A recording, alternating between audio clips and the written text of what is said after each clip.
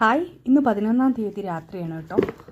8-ാം തീയതി നമ്മൾ സൂക്ഷിക്കാൻ വേണ്ടി കൊന്ന വെച്ചിട്ടുണ്ടായിരുന്നു, വിഷുവിന് സൂക്ഷിക്കാൻ. അപ്പോൾ അത് ഇതാ തുറന്ന് നോക്കുകയാണ്.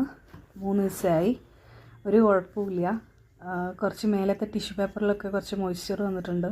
അതാണെങ്കിൽ ഇവിടെ ഒരുപാട് നേരം കറണ്ട് ഇല്ലാണ്ട് ഉണ്ടായിട്ടുണ്ട്. ഒരുപാട് പ്രാവശ്യം കറണ്ട് പോയി. പിന്നെ അതേപോലെ ഫ്രിഡ്ജ് ഓഫായി.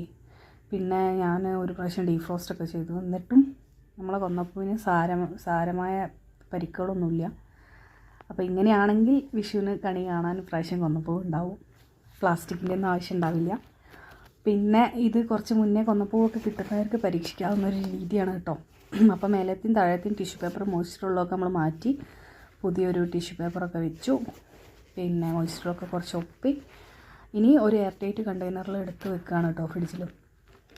അപ്പോൾ അത് നിന്നിട്ട് എയർ ടൈറ്റ് അല്ലാത്ത കണ്ടെയ്നർ, ഇത് എയർ ടൈറ്റൊന്നും അല്ല, അങ്ങനെ ഇളകി വരുന്നുണ്ട്.